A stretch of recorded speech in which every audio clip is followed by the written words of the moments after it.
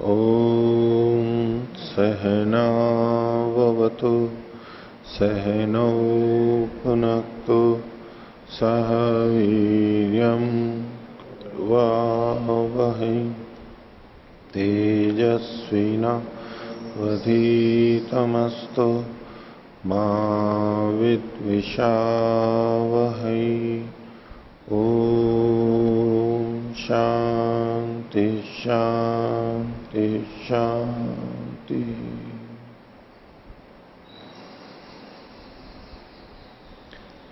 मीमांसा दर्शन की 361वीं कक्षा।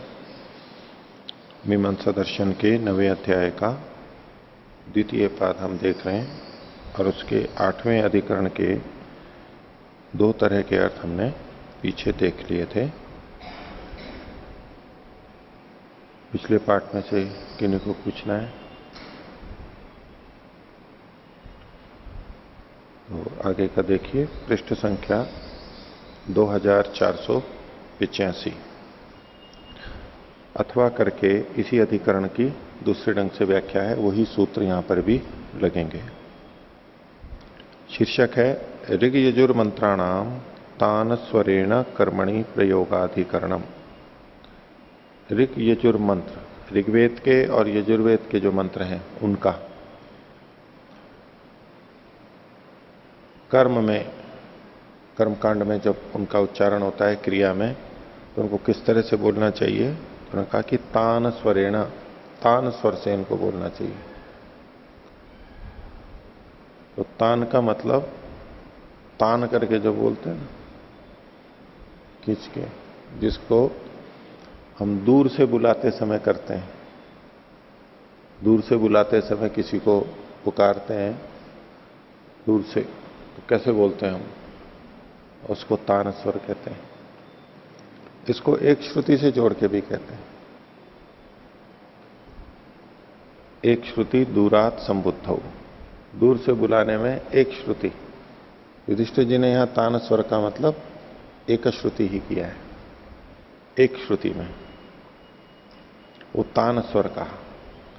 यद्यपि उसके भी और भेद किए जाते हैं, मंद्र, मध्यम और तारक। मंद्र मतलब तान के भी 3 भेद है। मंत्र मतलब नीचे, बोल तो वही रहे संबोधन, लेकिन स्वर की दृष्टि से नीचा स्वर है। फिर एक मध्यम है उसी का, और एक है तारक, ऊपर ध्वनि के भेद से ये अंतर आता है। वो भी 3 तरह से किया जाता है, लेकिन ये तान स्वर। वहां पर भी जैसे कहा कि एक श्रुति दूरात संबुद्धौ, और यज्ञ कर्मणि अजप न्यूख सामसु। जप, न्यूख और साम को छोड़ करके यज्ञ कर्म में एक श्रुति होती है। वहां साम को भी छुड़वाया गया है। तो यहां भी इन्होंने ऋक और यजु की चर्चा की है, साम को यहां पर नहीं लिया है। साम का जैसा भी गान होता है वो होता ही है।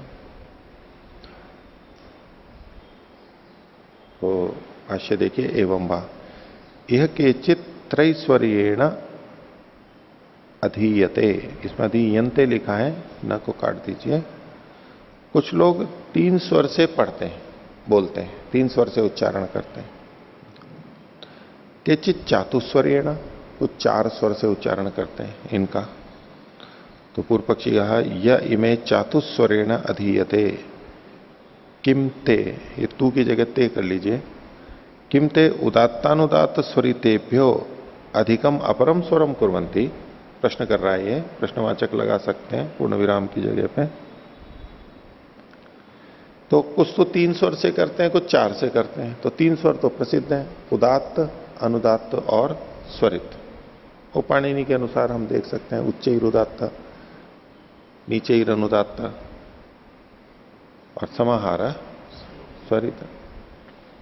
तो उदात्त, अनुदात्त और स्वरित से, तो पूर्व पक्षी पूछता है कि जो 4 करते हैं वो उदात्त, अनुदात्त, स्वरित से अधिक कोई और स्वर को भी करते हैं? 3 से अतिरिक्त तभी तो 4 बनेगा। तो इस पर सिद्धांत कह रहा है नेत्याह, नहीं। तेषाम अपि एते एव स्वरा, ये अन्येषाम। स्वर तो उनके भी यही होते हैं, यही 3 होते हैं, उदात्त, अनुदात्त, स्वरित। जो अन्यों के होते हैं। तो फिर जब चार नहीं होते तो इनको चतुस्वर वाला क्यों बोलते हैं? जो अन्यों के होते हैं वही इनके होते हैं। तो पूर्व पक्षी पूछता है किन्नो कुर्बंती, फिर वो करते क्या है वहां पर, ये चौथा आता कहां से? तो उसका उत्तर सिद्धांति दे रहा है, एकम स्वरांतरम उत्क्रम्य अधीयते। एक जो है इनका स्वरांतरम उत्क्रम्य, स्वरों को उत्क्रमित करके, जो स्वर हैं उदात्त अनुदात्त स्वरित उसको छोड़ के। तो यद्यपि शब्द यहां पर स्वरांतर है, पर एक स्वरांतर को उत्क्रमण करके अध्ययन करते हैं। अब इसको एक श्रुति के रूप में ले रहे हैं अगर, जैसा अर्थ कर रहे हैं, तो सभी स्वरों को छोड़ देगा वो। एक श्रुति में उदात्त अनुदात्त स्वरित को छोड़ करके, उन स्वरों को छोड़ के बस एक तान के रूप में बोलते हैं। तान स्वर एक तानता रहती है उसमें, एक तानता।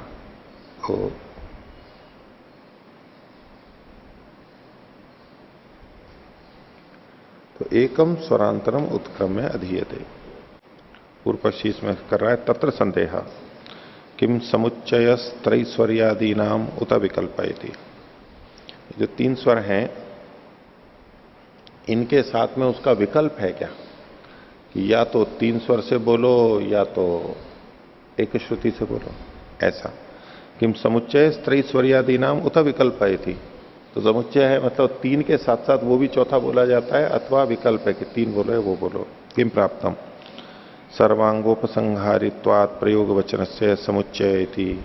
सिद्धांति कहता है कि जो प्रयोग वचन है वो सर्वांगोपसंहारी होता है, सब जितने भी विधि विधान दिए गए होते हैं उन सबका उपसंहार संग्रह कर लेता है, इसलिए यहां पर समुच्चय होना चाहिए, विकल्प नहीं।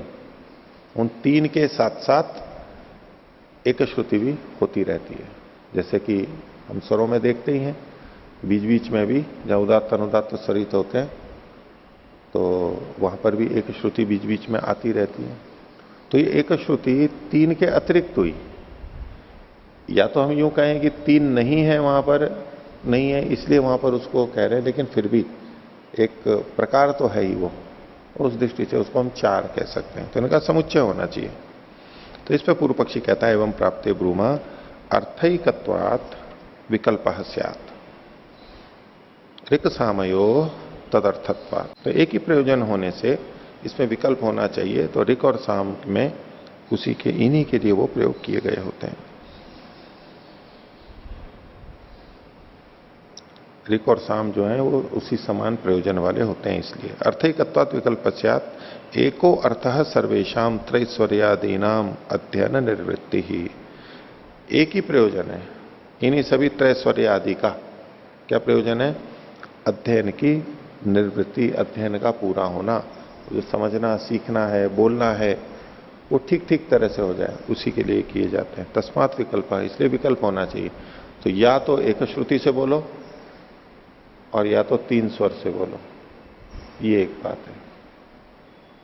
तो कई जने कहते हैं कि यज्ञ कर्म में तो एक श्रुति ही होती है, अथवा यूं कहते हैं भाई यजुर्वेद में नित्य एक श्रुति होती है।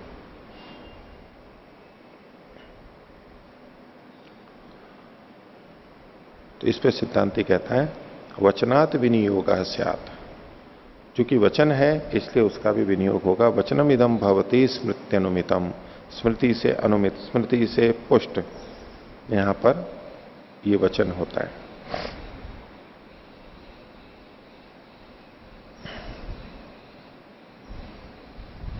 नीचे युधिष्ठिर जी ने लिखा भी है, वो श्रुति का अनुमित क्या है, तो यच कर्मणे जपन्युक्त सामसु, ये तो इसको श्रुति कह रहे हैं।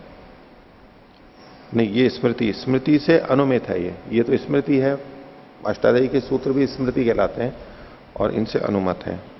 और फिर आगे इन्होंने लिखा है कि व्याकरण स्मृत्यनुमितम इत्यर्थः, व्याकरण की स्मृति से अनुमित है, अनुमित है, उससे उसके अनुसार है। और तान इति च पूर्वाचार्याणाम एक श्रुते है संज्ञा, पूर्वाचार्य एक श्रुति को तान शब्द से कहते थे।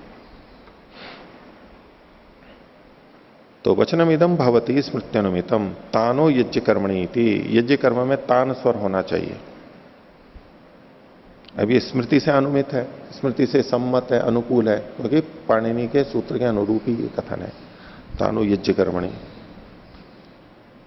तस्मात् तानेन प्रयोग कर्तव्य, तान से प्रयोग करना चाहिए वहां पर। इस पर पूर्व पक्षी कहता है अथ त्रैश्वर्यादि नाम किमर्थम समामनानम इति, फिर त्रैश्वर्य का वहां पर कथन क्यों किया गया है? तो सिद्धांति कह रहा है उच्यते अर्थावबोधनार्थम भविष्यति, वो अर्थ के बोध के लिए हो जाएगा, क्योंकि उन मंत्रों पर भी स्वरों के चिन्ह तो लगे हुए हैं, स्वर का प्रयोग तो वहां पर भी माना गया है। तो जब स्वर वहां लिखे हुए हैं, बताए गए हैं, तो यज्ञ कर्म में आप तान स्वर से एक श्रुति ले रहे हो तो वहां पढ़ना व्यर्थ हो रहा है। तो उसके लिए उत्तर दिया कि अर्थ के अवबोध के लिए यह होगा।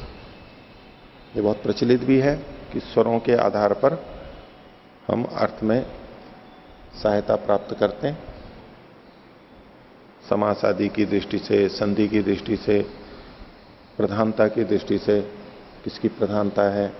तो ये सब हम समास में भी पूर्व पद प्रधान, उत्तर पद प्रधान, अन्य पद प्रधान, और इन सब का भी तो एकदम सब जगह तो आवश्यक नहीं कि निर्णय हो ही जाता है, लेकिन फिर भी अनेक स्थलों पर स्वर के आधार पर निर्णय हो जाता है। तो वहां जो स्वर पढ़े गए वो व्यर्थ नहीं है।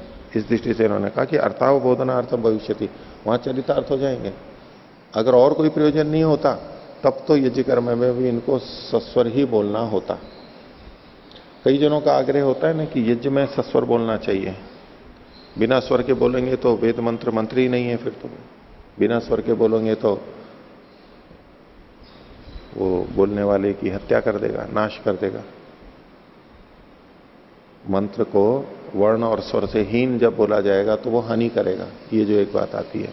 तो युधिष्ठिर जी ने इस पर लिखा भी है कि ये कोई आवश्यक बात नहीं है, लेकिन यह है कि एक श्रुति बोलनी है तो एक श्रुति से ही फिर बोलना चाहिए। कई बार अपने यहां पर जैसे मंत्र बोले जाते हैं, अलग अलग जगह पे अपने अपने ढंग से बोलते हैं, कहते हैं कि बिना स्वर के बोलते हैं। स्वर वो तो खैर वर्ण का उच्चारण भी अशुद्ध होता रहता है, वो एक अलग बात है, और धुन और स्वर ऊंचा नीचा वो तो अपनी मनमर्जी से चलता रहता है, हर जगह अलग अलग, सबकी अपनी अपनी बन जाती है, वो ठीक नहीं है। सस्वर बोलते हैं तो सब एक जैसे होते हैं, तो इसकी अपेक्षा सस्वर को ठीक मानते हैं। तब युधिष्ठिर जी ने ये लिखा कि भाई इसकी आवश्यकता नहीं है, पाणिनि के अनुसार भी, और यहां तो एक श्रुति होगी। विभाषा छंदसी, विभाषा छंदसी लगा लो, पर विभाषा छंदसी कहां कहां पर लगेगा उसमें भी कुछ व्यवस्थित होना चाहिए। मेरे को जहां तक ध्यान आ रहा है तो ठीक है, दोनों है, मान लीजिए दोनों है, तो ऐसा करके फिर ये छूट ले लेते हैं कि बिना स्वर के भी बोला जा सकता है। लेकिन बिना स्वर के बोला जा रहा है तो बिना स्वर का जो है वो कैसा होना चाहिए? वो फिर एक श्रुति होनी चाहिए। बिना स्वर का मतलब ये नहीं है कि कुछ भी किसी भी तरह से बोल लो, दो ही तो विकल्प हुए, या तो सस्वर बोलो और या एक श्रुति से बोलो। अब एक श्रुति से बोलना भी कठिन है, सीधे सपाट बोलते चले जाओ, अग्निमीले पुरोहितम यज्ञ से देव मृत्युजम होतारम रत्नदातमम, ऊंचा नीचा नहीं जाएगा, ऊंचा नीचा नहीं होगा उसमें कुछ।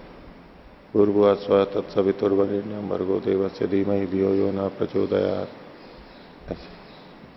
एक श्रुति मतलब फिर आपका ऊंचा नीचा उदात्त अनुदात स्वरित कुछ नहीं आना चाहिए। तो स्वर नहीं है इस पक्ष में, स्वर आवश्यक नहीं है, विकल्प वैकल्पिक है। ये करके कैसा भी बोले वो फिर ले लेते हैं, तो वो फिर विचार नहीं हो जाता है। या तो एक श्रुति से बोलो और या फिर उदात्त अनुदात स्वरित से बोलो। तो यहां फिर इनका ये रहा कि यज्ञ में तान स्वर से बोलना चाहिए।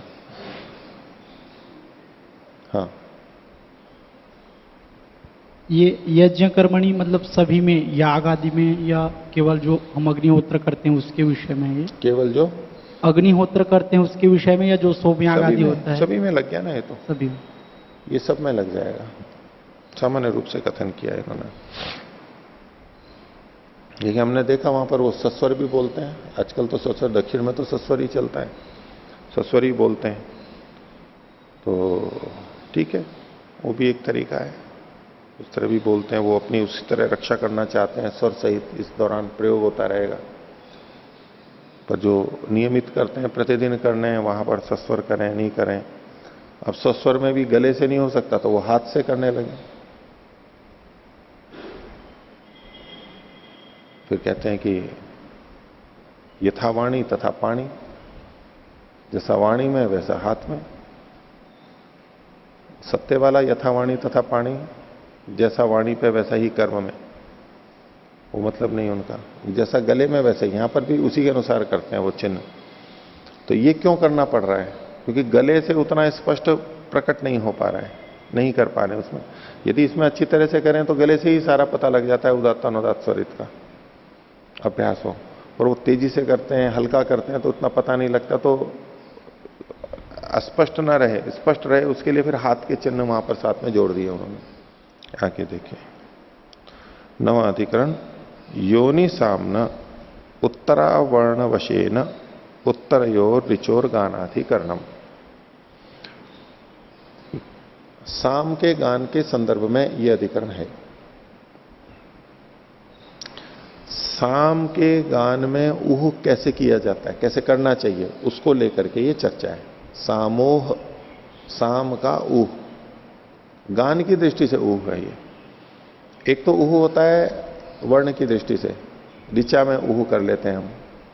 ये कहते हैं गान की दृष्टि से जो ऊह किया जाता है, तो यहां पर साम गानोह, गान के सामोह न्याय है, साम के ऊह का न्याय है, गान का ऊह करने से संबंधित ये बात है। तो शीर्षक क्या है? योनि सामनः। योनि साम जो होगा, यानी योनि ऋचा में जो साम गाया जा रहा है वो योनि साम हो गया। 3 ऋचाएं ली जाएंगी, सामान्यतः 3 ली जाती हैं। उसमें जो पहली वाली होती है वो योनि ऋक है, और उसमें जो साम गाया जाता है वो योनि साम कहलाएगा। तो योनि साम का उत्तरावर्ण वशेना, बाद के जो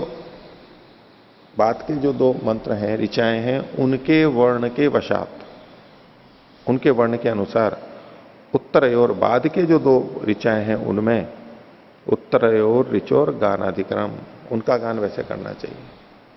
अब इसमें समस्या क्या है, क्यों ये चर्चा चला रहे हैं कि एक तरफ आया कि जो साम योनि ऋक में होता है वही बाद के में भी होना चाहिए, लेकिन जो मंत्र हैं उन मंत्रों में अकारादि जो वर्ण हैं, स्वर हैं, उनमें सब जगह तो एक जैसा रहता नहीं है कि ये ह्रस्व है, ये दीर्घ है, ये प्लुत है, भिन्नता भी रहती है उसमें। योनि ऋक में पहले मान लो ह्रस्व है, फिर दीर्घ है, फिर दीर्घ है, फिर ह्रस्व है, फिर दीर्घ है, ऐसे जो क्रम बन रहा है। तो नीचे के 2 मंत्रों में भी बिल्कुल वैसा का वैसा ही हो, यह आवश्यक नहीं है। तो गान जो होगा, गान तीनों में एक जैसा करना है। तो एक जैसा कैसे हो पाएगा? क्योंकि वर्ण 2 मात्रा का, 3 मात्रा का, इसमें अगर भेद हो गया तो गाने में भी भेद आता है। जैसे कि हम भजन की पंक्तियों को बोलते हैं तो अलग अलग जो टेक होती हैं, अलग अलग अंतरा होते हैं, बिल्कुल वही धुन हम आगे भी बोलते हैं। अगर बिल्कुल वर्ण वैसा ही हो तब तो कोई बात ही नहीं है, लेकिन अगर उसमें कहीं भेद होता है तो हम कैसे करें वहां पर? तो पहली ऋचा में जो सामगान किया गया, वहां जिस तरह से अंतर किया गया, क्या बिल्कुल उसी स्थान पर बाद की ऋचाओं में भी परिवर्तन होगा? योनि साम के अनुसार वहां जितना जहां जहां खींचा गया वैसा ही नीचे भी खींचा जाएगा, छोटा किया जाएगा, वैसा का वैसा करना है? अथवा योनि ऋक में जो साम जिस तरह से ऋचा के अनुसार बोला गया वो बोल दिया, अब बाद की ऋचाओं में भी गान तो उसी साम का करना है, लेकिन बाद की ऋचाओं में वर्ण जैसे जैसे हैं उसके अनुसार ही कर लेना है वहां पर। तो योनि ऋचा के अनुसार ही गान नीचे भी लेना है बाद के 2 मंत्रों में, अथवा बाद के मंत्रों के अनुसार वहां पर गान किया जा सकता है। ये यहां पर प्रश्न का विषय है, ये संशय का विषय है। तो शीर्षक देखिए फिर से, योनि सामना, योनि साम का जो गान किया, उत्तरयोर ऋचोर, बाद की जो 2 ऋचाएं हैं उनमें जो गान करना है वो कैसे करना है? उत्तरावर्ण वशे ना, बाद वाले 2 के अनुसार, बाद वाली 2 ऋचाओं के वर्णों के अनुसार करना है, न कि प्रथम ऋचा के वर्णों के अनुसार गान बाद वाले में भी 2 में भी करना है। क्योंकि गान करेंगे तो उसमें वर्णों का प्रभाव पड़ता ही है, वर्णों के अनुसार। तो योनि ऋक् के वर्णों के अनुसार बाद की दो ऋचाओं में भी सामगान करें, ये एक पक्ष है, पूर्व पक्ष है। और सिद्धांत पक्ष है कि बाद की दो ऋचाओं में सामगान बाद की ऋचाओं के वर्णों के अनुसार कर लेना चाहिए, न कि योनि ऋक् के वर्णों के अनुसार। ठीक है, भाष्य देखिए। इदम आमनायते समामनायते, इदम आमनायते, ये वचन मिलते हैं। रथंतरम उत्तरयोर गायति, अल्प विराम। रथंतर को बाद की दो ऋचाओं में गाता है। अगला वाक्य, यद योन्याम तद उत्तरयोर गायति, योनि में जो साम होता है उसी को बाद के दो मंत्रों में भी गाता है। कवतीषु रथंतरम गायति, जो क वर्ण वाली ऋचाएं हैं उनको, उनमें रथंतर साम को करता है। विराटसु वामदेव्यम गायति, जो विराट छंद है, विराट का मतलब जो जो छंद है उसमें दो वर्ण न्यून होते हैं, उस दृष्टि से उसमें वामदेव्य गान करते हैं। वामदेव्य ये साम गान का प्रकार है।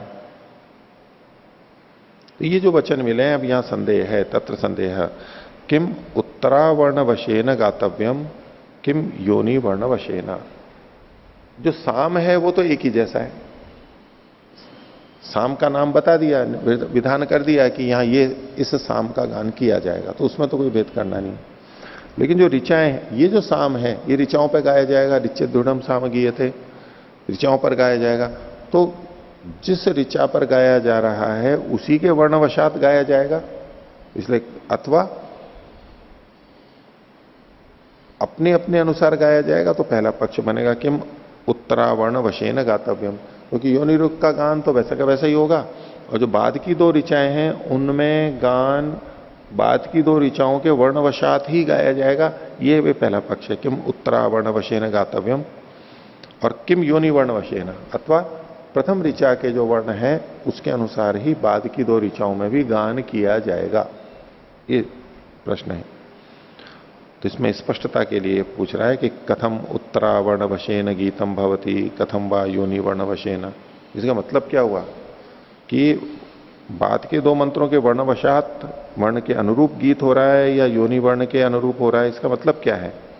तो वो बता रहा है, उच्चते किंचित उदाहरणम गृहीत्वा व्याख्यास्याम, थोड़ा उदाहरण लेना पड़ेगा तो इसको समझाएंगे, ऐसे बात समझ में नहीं आएगी। तो कहते हैं यदा तावत, तो एक वचन मिल रहा है इसमें, वृद्धम तालव्यम आई भवती। जो वृद्ध तालव्य है, वृद्ध तालव्य मतलब जो तालव्य वर्ण वृद्धि को प्राप्त हो गया है। एक तो है कि वृद्धिर्यस्या चामादिस्तद वृद्धम, वो एक वृद्ध संज्ञा अलग हो गई। यहां वृद्ध का मतलब है जिसकी वृद्धि की गई है।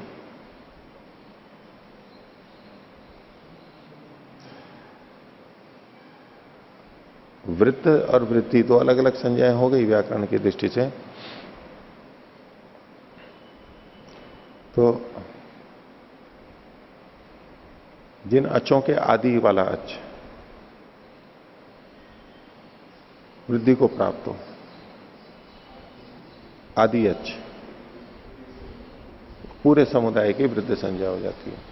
तो यहां उस तरह से नहीं कह रहे हैं, क्योंकि जो व्याख्याएं हैं उसमें वो संज्ञा उस तरह से संगत नहीं लग रही है, फिर भी विचार कर सकते हैं। तो यहां वृद्धि का मतलब है वृद्धि को प्राप्त। और तालव्य में कौन से वर्ण आएंगे, वृद्धि होती है वो अचों को ही होती है। तो इचु यशास तालव्या, तो व्यंजनों को तो छोड़ ही दीजिए, इकार इसके अंतर्गत आ जाएगा। ठीक है, अथवा और ज्यादा लेना चाहे तो कंठ और तालु वाले, ऐदव तो कंठ तालव्यो, तो ऐकार, एकार और ऐकार, ये कंठ और तालु वाले होते हैं, दोनों मिले हुए होते हैं। तो उसको भी किसी एक पक्ष में कोई तालु कहना, तालव्य कहना चाहे तो, हालांकि तो एक पक्षी है, तो यहां इकार के ही उदाहरण मिलेंगे हमारे को तालव्य के। तो जो तालव्य वर्ण यानी इकार वृद्ध हो गया है, वृद्धि को प्राप्त हो गया है, उसको आई भाव हो जाता है, उसको आई आई आई बोलते हैं ना, महाराष्ट्र में आई मां को बोलते हैं आई, क्योंकि वो हमेशा आ जाती है पुकारने पे।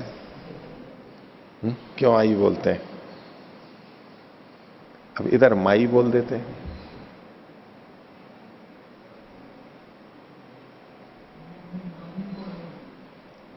उड़ीसा में नानी को आई बोलते हैं? अच्छा, तो माँ से ज्यादा होती है ना वो तो। माँ फिर भी थोड़ी उपेक्षा करते हैं, नानी नहीं करेगी। वो बेटी की बेटी हो जाती है, तो दो बेटी हो गई उसमें।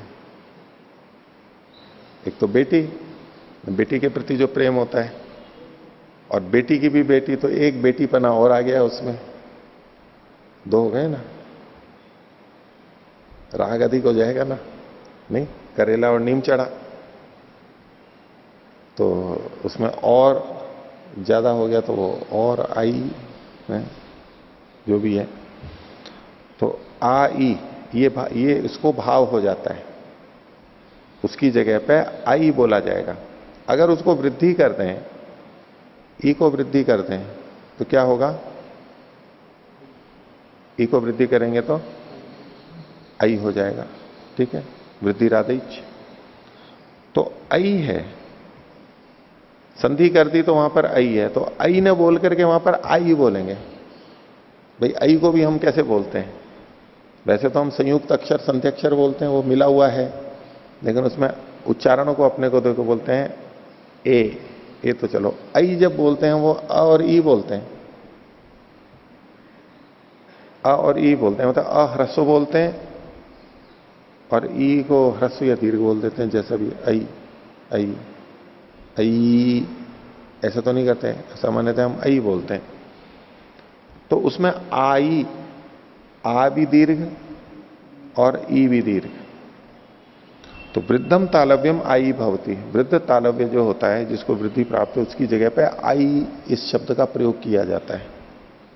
एक नियम बना रखा है गान के समय। इति आगे कहते हैं योनौ यस्मिन भागे आई भाव कृतः तस्मिन्नेव भागे उत्तरासु आई भाव क्रियते। ये वो प्रसंग है जो योनि वर्णवशात गान में भेद होगा बाद की दो ऋचाओं में। तो मान लीजिए योनि ऋक में पांचवें वर्ण में आई भाव हुआ, वहां ह्रस्व को दीर्घ हुआ था और वहां पर आई भाव हो गया तालव्य को।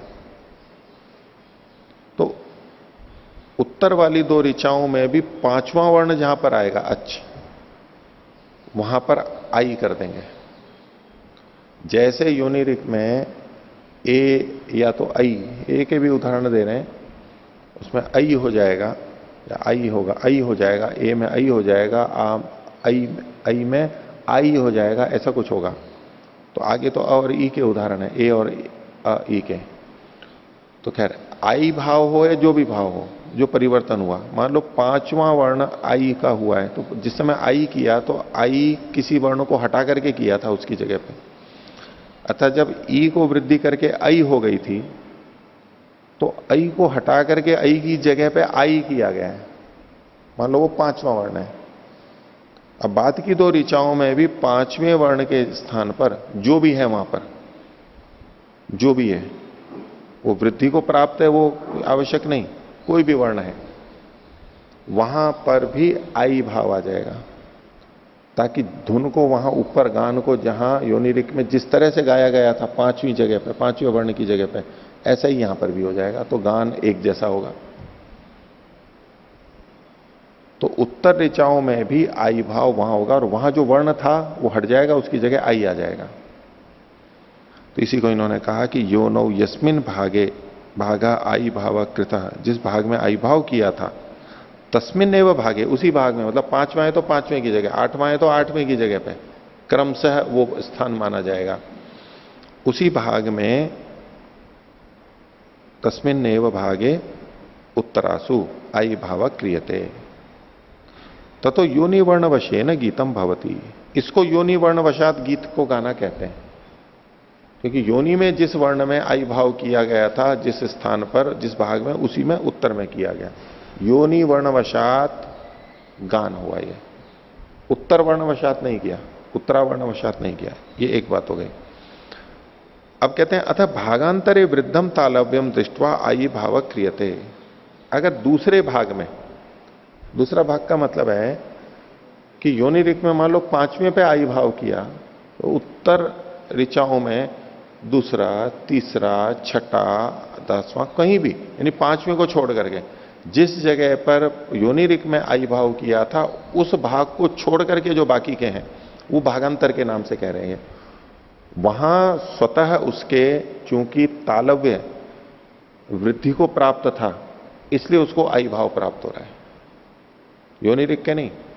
तो एक दृष्टि तो क्या हो गई कि जहां भी, चाहे वो कौन सा भी वर्ण हो आगे पीछे, जहां भी तालव्य को वृद्धि हुई है वहां पर उसको आई भाव हो जाएगा।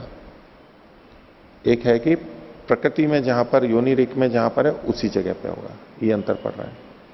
तो कहीं भी हो जाए ये भागांतर में होगा। भागांतरे अथ भागांतरे वृद्धम तालव्यम दृष्टवा आई भाव क्रियते तथा उत्तरावर्ण वशेन गीतम भवती। तो इसको कहते हैं उत्तर ऋचाओं के वर्णवशात गीत हो रहा है। तो दोनों में से कौन सा करना चाहिए, ये यहां विचार का प्रश्न है। इसमें तो यहां पर अभी दोनों बता दिए, ऐसा होगा तो ये होगा, ऐसा होगा तो ये होगा। इस पर पूर्व पक्षी कहता है साम प्रदेशे विकार तदपेक्षा स्यात् शास्त्र कृतत्वात्। बोले साम के प्रदेश में जो विकार होता है, जो अंतर होता है, वो तदपेक्षा, तत्का मतलब है योनि ऋक की अपेक्षा से होना चाहिए।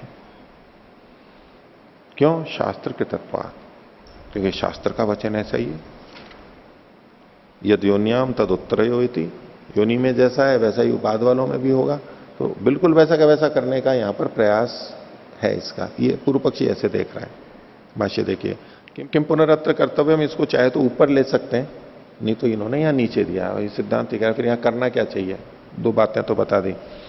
पूर्व पक्षी कह रहा है योनि वर्ण वशेन इति, ये इसका सिद्धांत पक्ष है, योनि वर्ण के समान होना चाहिए। कथम? तो उसको खोल रहे हैं, यावती भागे एकारस्य योनौ आई भाव कृतः, जितने भाग में, जौन से जिस भाग में एकार का योनि में आई भाव किया गया था, तत्र विचारयाम, उस विषय में यहां पर विचार करते हैं। अब यहां पर एकारस्य लिखा है इन्होंने, वैसे तो एकार तो वृद्धि होती नहीं है, पर इन्होंने एकार है। अब या तो एकार ये आई को कहना चाहते हैं, लेकिन आई भाव की तो बात कर रहे हैं। अब या तो एकार से जाति सामान्य से ये आई को बोलना चाह रहे हो, या तो यहां आई शब्द आए, आई भाव तो आई का होगा क्योंकि आई ही वृद्धि को प्राप्त है। पर और भी जगह देखा तो वहां एकार ही लिखा हुआ है, आई कार तो लिखा हुआ है नहीं, जैसा भी लिखा है। तो एकार से योनो आई भाव कृता तत्र विचारयाम। तो सिद्धांति कह रहा है किम तत्र कृतम इति, वहां किया क्या है? तो पूर्व पक्षी कह रहा है एकारो नोच्चारिता। पहली बात तो वहां पर एकार का उच्चारण नहीं किया। अभी इसको आई ले लीजिए आप, चाहे आई कार का तो उच्चारण नहीं किया। हाँ, इसमें सामगान का मान सकते कि एकार ही है और वहां पे सामगान के अंदर आई एकार को ही करते होंगे, ऐसा? एकार को आई भाव करते होंगे, एकार को आई भाव करते हैं, लेकिन ये वृद्ध तो नहीं है ना, वृद्धि तो को तो प्राप्त नहीं है। दीर्घ तो है, ए जो है वो दीर्घ में आता है? ए और आई दोनों दीर्घ वर्ण माने जाते हैं, उस दृष्टि से वृद्ध कहते होंगे। दो अच की दृष्टि से, हाँ, दो अच की दृष्टि से कह रहे हो ना, ह्रस्व दीर्घ और प्लुत। आप दीर्घ कहना चाह रहे हो ना? हाँ जी। वृद्ध मतलब आप दीर्घ कहना चाह रहे हो। हाँ, दीर्घ तो हो जाएंगे, ठीक है, दीर्घ तो हो जाएंगे ये। तो चलो एक ये लिखा है इन्होंने, एक को ही मान करके चलते हैं हम।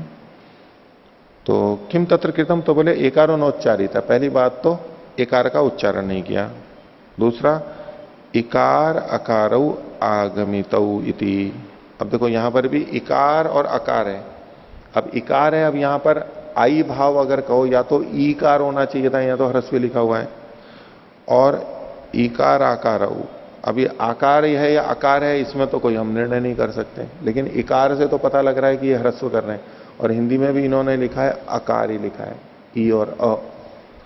तो या तो ए की जगह पे अ ई और आई की जगह पे आ ई, ऐसा करेंगे जो भी है। लेकिन एक परिवर्तन बता रहे हैं कि जैसे योनि ऋक में किया, वो पूरी संगति तो स्पष्ट नहीं हो रही है, पर अंतर ये जो कर रहे हैं, जिस तरह लिख रहे हैं वैसे ही देखते हैं। तो एकारो नोच्चारित है, पहला हुआ क्या कि जो एकार था उसका उच्चारण नहीं हुआ और इकार और अकार का आगमन किया गया, इकार और अकार वहां से लेकर के आए गए। एवं चेत उत्तरासु अपि तावती एवं भागे यो वर्ण, और ऐसा है तो उत्तरासु अपि, बाद की जो दो ऋचाएं हैं उनमें भी तावत्येव भागे, उसी भाग में, उसी क्रम, उसी स्थान पर, उसी भाग में यो वर्ण, जो वर्ण है, जो मतलब कोई सा भी वर्ण है, वही आवश्यक नहीं कि ए ही हो, आई हो, कुछ नहीं, कोई भी वर्ण है वहां पर, यो वर्ण स न उच्चारितव्य है। पहली बात तो वो उच्चारित नहीं किया जाएगा, जैसे यहां पर एकार का उच्चारण नहीं किया गया, और दूसरा इकार अकारौ आगमितव्यो इति, जैसे यहां इकार और अकार का आगमन किया गया ऐसे वो भी वहां पर आ जाएंगे, ये किया जाएगा। एवं इस प्रकार से करने पर यद योन्याम तद उत्तरयोर गीतम भवति, जैसा गीत योनि में था वैसा ही बाद के दो ऋचाओं में भी होगा, ये वाक्य संगत हो जाता है। तस्मात योनि वर्ण वशेन गातव्यमिति, तो उत्तर वाला पक्ष लिया इन्होंने, योनि वर्ण वशात इसको करना चाहिए। और इसकी पुष्टि में ये एक और हेतु रख रहा है पूर्व पक्षी, अपि चैवम गीतिर न प्रणंक्षति, इससे गीति का नाश भी नहीं होगा, गीति का जो है गान का जो अपना लय होती है उसका भी नाश नहीं होगा। क्यों नहीं होगा? इतर्था क्वचित प्रणश्येत, नहीं तो कहीं पर वो नष्ट भी हो सकती है, हानि हो सकती है। कैसे? यत्र महती गीतिर अल्पेशु अक्षरेशु गीयते, या गीति तो बड़ी हो तो ऊपर तो आई भाव हो गया और उसके कारण से वो लंबा बोल गया, बड़ी गीति थी, और नीचे वर्ण पूरे नहीं हुए तो नष्ट होगी ना, उस धुन को थोड़ा सा वहां कम करना पड़ेगा। तो यत्र महती गीतिर अल्पेशु अक्षरेशु गीयते, जहां अल्प अक्षर में गाई जा रही है तो वहां पर उसका नाश होगा, कुछ अंश का, उतना भाग कम हो जाएगा। तत्र व्यक्तम प्रणश्यति यदुत्तराक्षर वशेन क्रियते, जो उत्तरवर्ती अक्षरों के वश किया जाएगा, बाद की दो ऋचाओं के अक्षरों के अनुरूप यदि किया जाएगा तो वहां पर व्यक्त ही, स्पष्ट ही वो नष्ट होगी। तस्मात योन्यक्षर वशेन कर्तव्यम, मूल ऋचा के अक्षरों के अनुसार ही गान करना चाहिए। पूर्व पक्षी बोल रहा है ये, आगे कह रहा है अपि च क्वचित क्रम उपरुध्यते, और कहीं कहीं पर क्रम भी का उपरोध भी हो जाता है उत्तरवर्ती ऋचाओं में।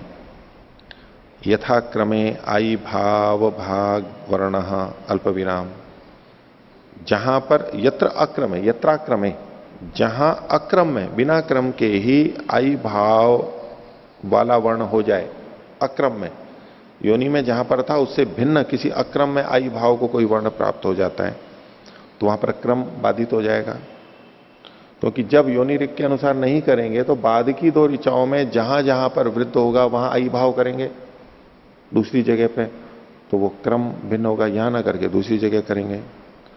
आर्षम च क्वचित उपरुध्यते, इससे आर्ष मतलब तो वो जो मूल पाठ है वो कहीं कहीं बाधित होगा। यत्र प्राकृत आगमो नैवम क्रियते, और जहां पर प्राकृत आगम इस प्रकार नहीं किया जाता है, प्रकृति में जैसा है वैसा आगम, आगम मतलब यहां वो अतिदेश करते हैं, यहां पर आई भाव जो है ना वो उसी को अतिदेश को ही आगम के नाम से ये बोल रहे हैं। ये जो आगम किया जाता है, पीछे आगम ही कहा था पूर्व पक्षी ने, उसकी एकार को हटा दिया और ई को उसकी जगह पे लेके आते हैं। तो जहां पर ये नहीं करते हैं, तत्र स्वाध्याय काले गाने न च कर्म कालम गानम अविरुद्धम कर्तव्यम, तो उसमें क्या करना था, कर्म काल वाला जो गान है वो स्वाध्याय काल के गान के साथ में अविरुद्ध होना चाहिए। स्वाध्याय काल में जिस तरह से किया गया पढ़ते समय वैसा ही कर्म काल में भी होना चाहिए, उससे अविरुद्ध होना चाहिए, समान होना चाहिए। तस्मात योन्यक्षर वशेन कर्तव्यमिति, तो योनि वर्ण के वशात ही ये होना चाहिए।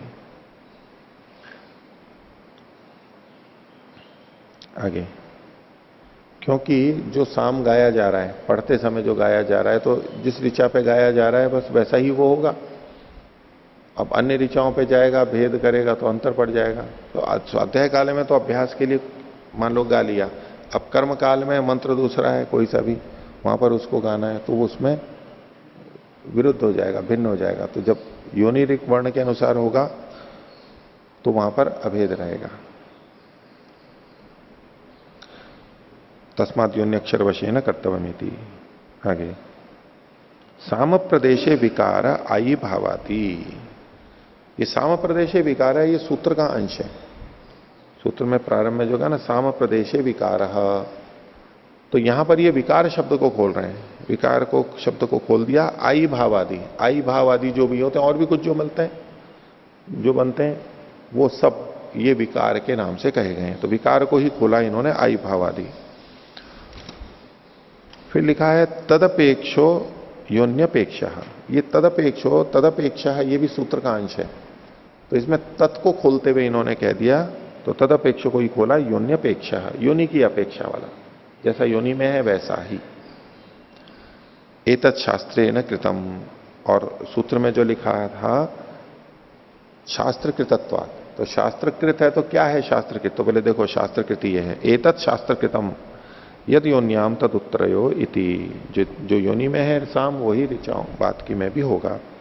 तो यावती साम भागे योनौ आई भाव कृतः तावती एवं उत्तरासु कर्तव्य है।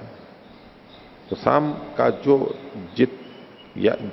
जिस साम के भाग में योनि में आई भाव किया गया, साम के जिस भाग में आई भाव किया गया, वैसे तो आई भाव किया जाएगा मंत्र में, लेकिन जिस समय आई भाव किया उस समय साम का जो भाग था उसी भाग के समय में उत्तर ऋचाओं में भी आई भाव कर लेना चाहिए। तो यावती साम भागे योनो आई भाव कृतस् तावती एवं उत्तरासु कर्तव्य थी। ये पूर्व पक्ष होगा। अब जैसे इसमें उदाहरण के लिए समझें कि अभित्वा शुर नो नुम। अब इसमें हम वर्णों को देखेंगे तो अभित्वा में पहले अ है ह्रस्व, फिर भी में ई ह्रस्व है, फिर त्वा में आ है, अभित्वा अ ई आ। अब यहां इसमें ये रथंतर गान है, पीछे आया था रथंतर है, और साथ में यहां पर का कवतीषु रथंतरम गायति, कवतियों में भी रथंतर गाते हैं। तो कवती का एक उदाहरण ले लिया हमने, कया नश्चित्र आभुवधूति, कया निश्चित्र। अब कया निश्चित्र में क्या होगा? क का अ है, या का आ है, और निश्चित्र में न में अ है। तो इसको अभित्वा की दृष्टि से हम देखेंगे, तीन वर्णों को एक बार देख लीजिए। तो अभित्वा में अ तो ह्रस्व है और कया में भी क ह्रस्व है, कोई बात नहीं है। लेकिन भी का, अभित्वा में भी का ई ह्रस्व है, लेकिन कया में या का आ है, ये दो मात्रा का है। तो गान जब करेंगे वहां तो एक मात्रा का रहेगा या दो मात्रा का रहेगा, तो फिर कैसे करेंगे? ये भिन्नता आ जाती है ना गान के समय में। तो ये योनिरिक और बाद की रिक उसके अनुसार से होगा। यही इसीलिए ये प्रश्न है।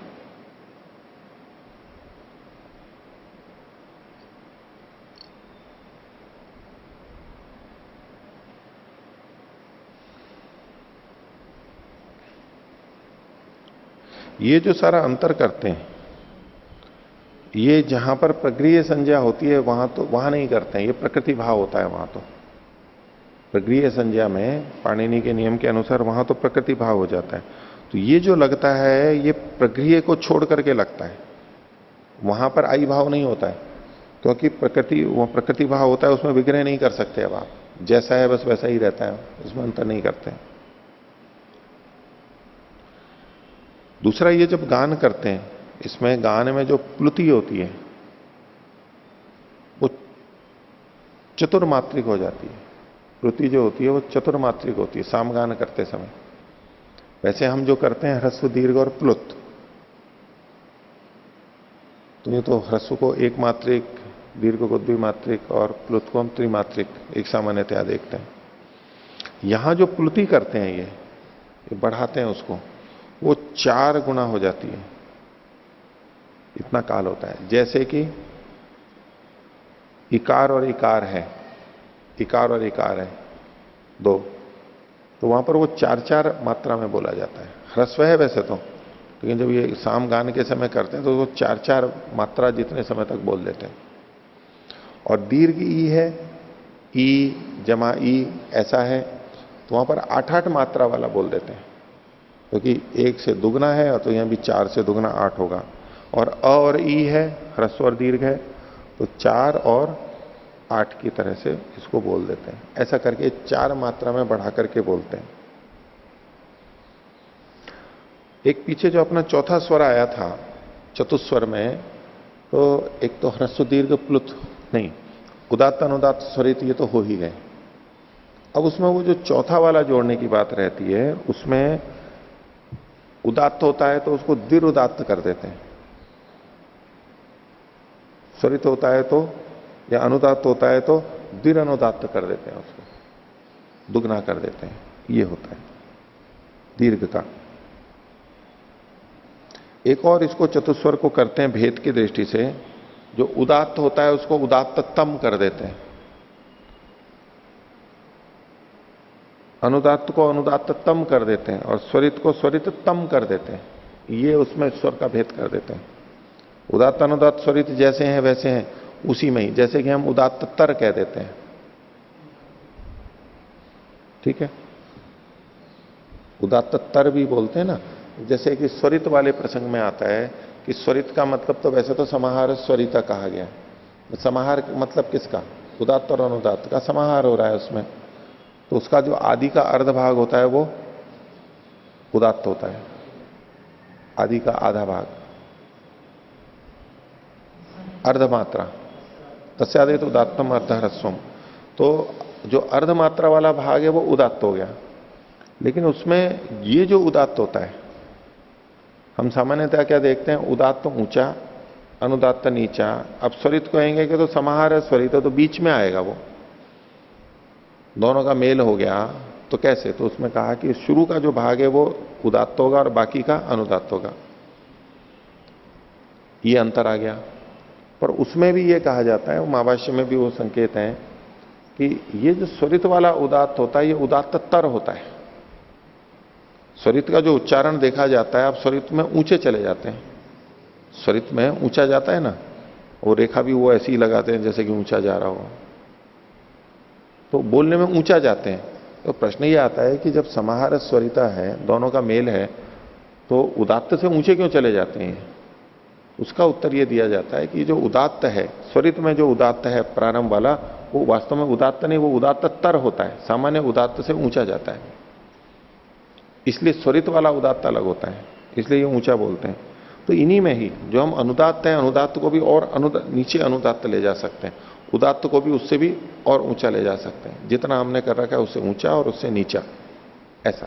और इसके लिए स्वरित को तो इस तम लगा करके उदात्ततम, स्वरिततम और अनुदात्ततम ऐसे भी प्रयोग करके एक अतिरिक्त स्वर मान करके करते हैं कि भाई इसको हम और बढ़ा करके करते हैं। तो ये पूर्व पक्ष हुआ 32वें सूत्र में। अब 33वां सूत्र सिद्धांति बोलता है, वर्णे तु बादरे यथा द्रव्यम द्रव्य व्यतिरेकात्। बादरी के मत में वर्ण हेतु यानी उत्तरवर्ती वर्णों के अनुसार यहां पर होना चाहिए। यथा द्रव्यम, जैसा कि द्रव्य है वहां पर जैसे वर्ण है उसी के अनुसार होना चाहिए, द्रव्य व्यतिरेका, द्रव्य के भिन्न होने से। क्योंकि प्रकृति में जो द्रव्य है, द्रव्य का मतलब यहां पर होगा वो आधार यानी अक्षर वर्ण, और वो प्रकृति में तो अलग हैं और विकृति बाद की जो दो ऋचाएं हैं योनि ऋक में अलग हैं और बाद की दो ऋचाओं में अलग हैं।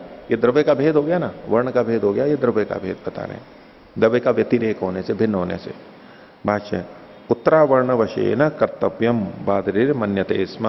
बादरी ऋषि मानते थे बाद उत्तरवर्ती के अनुसार होना चाहिए। अब देखो उत्तर और बाद मिल गए ना, बादरी ऋषि बाद, कितनी देर के बाद में आप आएंगे।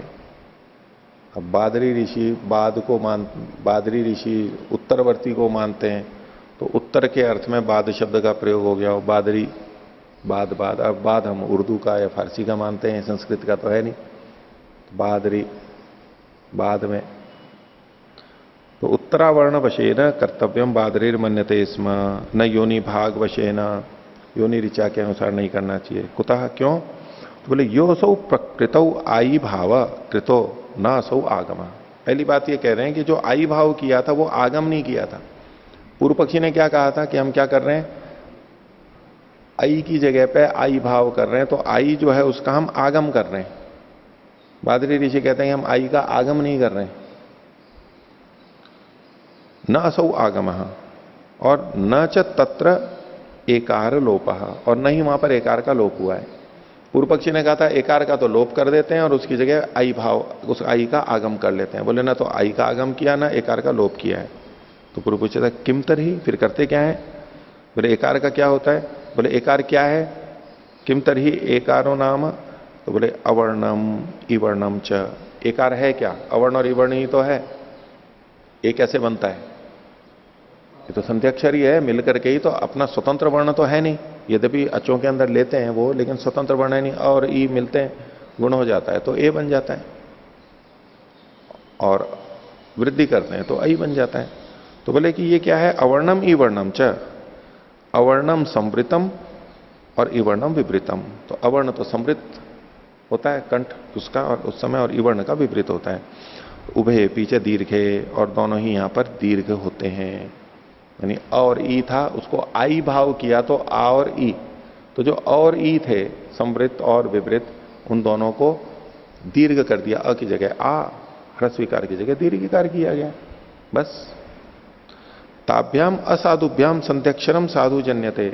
ये इनके असाधु के द्वारा, वहां वो साधु के रूप में नहीं रहते, तो जो संध्यक्षर है वो साधु वहां पर उत्पन्न किया जाता है। संधि में क्या किया जाता है?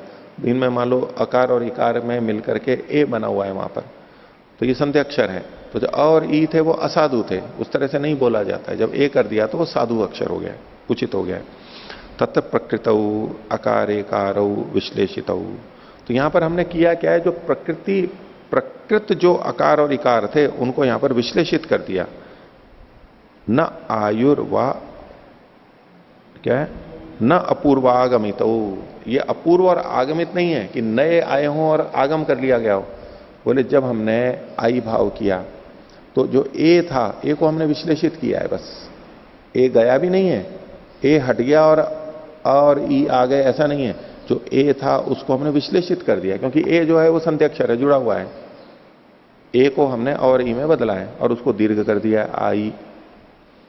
तो ये अपूर्व और आगमित नहीं है, पहले से थे वहां पर, वहीं के वहीं है। गुणस्तु तयो कश्चित अपूर्व कृतः। हाँ, उसमें कोई गुण तो हमने विशिष्ट कर दिया है। गुण क्या है? ह्रस्व और जो दीर्घ है ये गुण है उसके, तो हमने ह्रस्व की जगह दीर्घ कर दिया, बाकी वर्ण तो वही है। कुछ केवल अपूर्व किया, यानी दीर्घ किया। सर्वत्रात्र प्रमाणम प्रत्यक्षम। तो ऐसे जहां जहां भी होता है इसमें ये प्रत्यक्ष प्रमाण है, हम ऐसा ही करते हैं। तद्यत्र तावती भागे अन्यो वर्ण भवती वर्णो भवती न संध्याक्षरम। तो उतनी उसी भाग में अन्य वर्ण हो जाता है, न कि संध्याक्षर। तत्र हाँ, इसको जो कहेंगे ना, ये जो कह रहे हैं तद्यत्र तावती भागे अन्यो वर्णो भवती, ये बाद की ऋचाओं के बारे में कह रहे हैं। प्रकृति में तो क्या दिखा दिया सिद्धांति ने? एकार को विश्लेषित किया और उसमें कुछ अंतर कर दिया, उसको दीर्घ कर दिया हमने। और उत्तरवर्ती में यदि हम योनि ऋक् के अनुसार करेंगे तो क्या करना पड़ेगा? वहां एक वर्ण हटाना पड़ेगा और आई भाव लाना पड़ेगा, जो कि वहां पर पहले से नहीं था। योनि में तो ए का विश्लेष किया, टुकड़े किए और अंतर किया, ए को हटाया नहीं और विश्लेष किया। अगर आप उसी आई भाव को बाद की दो ऋचाओं में कर रहे हो तो वहां जो उसी स्थान पे अगर करना है, चौथे पांचवें पे है तो पांचवें पे, तो वो जो वहां वर्ण था उसको हटाओगे और इसको लाओगे। विश्लेष भी नहीं कर रहे हैं, हटा भी रहे हैं, वहां तो हटाया नहीं था, यहां हटाना पड़ेगा और नया लाना पड़ेगा, ये अंतर होगा। तो बोले तावती भागे अन्यो वर्णो भवती, यहां तो उतने भाग में नया वर्ण लाना पड़ता है। न संध्याक्षरम, वहां जो पहले से था वो संध्याक्षर था ही नहीं। तत्र विश्लेषा भावे विश्लेषो न शक्य कर्तुम। तो जो बाद की दो ऋचाएं थी उनमें उस जगह पे संध्याक्षर था ही नहीं। जहां संध्याक्षर हो वहां तो कोई बात नहीं है, लेकिन जहां अगर हम बिल्कुल ले रहे हैं तो सब जगह संध्याक्षर थोड़ा ना मिलेगा बाद के में, तो वहां तो संध्याक्षर था ही नहीं, इसलिए वहां पर विश्लेष भी नहीं हो सकता, किया ही नहीं जा सकता है। इसलिए जो वर्ण था उसको हटाया और उसकी जगह नए वर्ण बुलाए, जबकि योनि में हमने ऐसा नहीं किया था। आगे अन्यस्मिन भागे यत्र संध्याक्षरम भवति तत्र तदवशात विश्लेष क्रियते। इसलिए उसके जो दूसरा भाग है कहीं पर, उस पांचवें की जगह पांचवा नहीं, स्थान पर नहीं, और कहीं जहां पर भी यत्र संध्याक्षरम भवति, जहां भी वो संध्याक्षर आएगा, तत्र तदवशात विश्लेष क्रियते। संध्याक्षर है तो विश्लेष किया जाएगा। अब ये योनि के अनुसार हुआ, विश्लेष किया, किसी को हटाया नहीं, आगम नहीं किया, और वो अपूर्व नहीं है। तो ऐसा ही जहां पर होगा बाद की दो ऋचाओं में जिस जगह पे होगा बस वहीं पर किया जाएगा, तो ये उसके अनुसार होगा। तो एवं यद योन्याम तद उत्तरयो कृतम भवती, तो इस शैली से जो योनि में होता है वही उत्तर वालों में होता है, ये सार्थक हो जाता है। पूर्व पक्षी अलग ढंग से देख रहा था, वचन तो यही था ना, यद योन्याम तद उत्तरयो इति है, यद उत्तरयोर गायती, हाँ हाँ, यद योन्याम तद उत्तरयो गायती, तो जो योनि में है वही उत्तर में गा रहा है। तो पूर्व पक्षी तो अलग ढंग से ले रहा था कि पांचवें पे तो पांचवें में ही आई भाव होगा, ये कह रहे हैं नहीं, ये एक शैली है ही नहीं, क्योंकि वो अलग दृष्टि से देख रहा है। और इस तरह से बोले हम संगत कर लेंगे, वो वचन यहां भी संगत हो रहा है। योन्याम ही संश्लिष्टयोर विश्लेष कृता, क्यों? योनि ऋक में संश्लिष्ट का विश्लेष किया गया था, यहां भी संश्लिष्ट और विश्लेष है, यहां बाद वाले में भी संश्लेष का ही विश्लेष करना चाहिए। इतर था व्यतिरिक्तम कल्पितम स्यात्, अगर आप ऐसा नहीं करते हो तो आपको अतिरिक्त कल्पित करना पड़ेगा, जो योनि में नहीं किया था वो यहां करना पड़ेगा। अतः यदुक्तम, और जो आपने कहा था गीति प्रणंक्षति थी, क्योंकि गीति भी नष्ट हो जाएगी उस जगह पे, क्योंकि ऊपर अधिक वर्ण थे नीचे कम वर्ण है तो तोड़ना पड़ेगा। ये जो आपने कहा था तो कहते हैं न प्रणंक्षति थी, वो नष्ट नहीं होगी। क्यों नष्ट नहीं होगी? बोले उसका दूसरा उपाय है, विरामम कृत्वा अनक्षरम गायिष्यते, वहां पर विराम करके और बिना अक्षर के गान कर लेंगे। बिना अक्षर के गान करते हैं ना, जैसे हम भजन वगैरह गाते हैं उसमें ऐसा ही तो करते हैं। पहली पंक्ति में मान लो कुछ वर्ण है उसके अनुसार ठीक बैठ रहा है, अब दूसरी पंक्ति में अगली में धुन तो वही बोलनी है लेकिन अक्षर वहां पर ठीक नहीं है, तो कैसे करते हैं उसको? अभी जो इसमें शिविर में था, ओम हम सब साधक गण, अब उसमें कैसे बोलें? तो ये लोग अलग ढंग से बोलते थे, तो मैंने कहा कि भाई ऐसे बोलो इसको। अब वो पहले पिछले शिविरों में कहा था, इस बार रविशंकर जी फिर अलग बोलने लगे, तो बोले नहीं जी, दिलीप जी ने बताया कि पहले आपने ऐसे ही कहा था, तो अब साधक बोलना है, ओम हम सब साधक गण। अब इसमें हमारे को लंबा करना है, तो वैसे तो हम बोलते हैं ओम हम सब ब्रह्मचारी, अब ब्रह्मचारी में तो हो जाता है, साधक गण में नहीं बन रहा है वहां पर कैसे करें? तो उसको कुछ हम करके या तो वर्ण नहीं बोलते हैं और उसको दूसरे ढंग से करते हैं, तो बोले वो धुन तो वहां फिर भी की जा सकती है। तो विरामम कृत्वा अनक्षरम गायिष्यते, विराम करके बिना अक्षर के गान तो कर लेंगे, क्योंकि आगे पीछे तो वर्ण है ही, तो बीच में हम वो भी चला सकते हैं। यद्यपि गान बिना अक्षर के नहीं होगा, रिच्चत दुडम साम गीयते, लेकिन बिना वर्णों के भी तो हम गान करते हैं, तो उस भाग को वैसे करेंगे, आई भाव नहीं करेंगे, लेकिन उसको गान में बिना अक्षर के कर लेंगे। बिना अक्षरम भवति या पूर्व अक्षर से गानम, जिस भी तरह से आप उसके अनुसार करेंगे, लेकिन वास्तव में तो अक्षर है नहीं ना वहां पर। गानम भविष्यति तो अक्षरम अंतरेण भविष्यति कदा, भाई वो आ उ ई जो भी चल रहा है, इन्होंने जो लिखा है कि विरामम कृत्वा अनक्षरम गायिष्यते, विराम करके यानी ऋचा का विराम करके वहां पर बिना अक्षर के गा लेंगे। संश्लेषाभावाच अशक्यो विश्लेषा कर तुम, क्यों? क्योंकि वहां पर संश्लेष है ही नहीं उस वर्ण में। ए में तो हमने कर लिया क्योंकि संश्लेष था इसलिए विश्लेष कर दिया, यहां तो संश्लेष है ही नहीं, इसलिए अशक्यो विश्लेषा करता हूं, विश्लेष कर ही नहीं सकते, संत्यक्षर है ही नहीं वो। आर्ष क्रम नो प्रोत्सते, और ऐसा करने पे जो आर्ष क्रम है, ऋषि का जो क्रम है उसका भी बाध नहीं होगी, जो जैसा कहा गया है वैसा ही हो जाएगा, कोई आपत्ति नहीं है। तो ऐसा करना चाहिए, ये बादरी ऋषि का मत है। तो योनि ऋक के अनुसार न करके बाद की ऋचाओं के वर्ण जैसे हैं उसी के अनुसार वहां गान का समायोजन करना चाहिए। यह है सामोह न्याय। साम का ऊह कैसे करेंगे?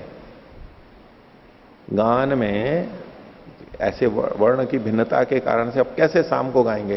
तो इसलिए इसको सामोह न्याय बोलते हैं, साम के ऊह का न्याय, क्योंकि साम में हम बदलाव कर रहे हैं, थोड़ा बदलाव कर रहे हैं, तो वो नियम कहां कैसे लगेंगे वो यहां पर इन्होंने अपनी बात को रखा है। तो आज का पाठ इतना ही रखते हैं। प्रणव करें। ओ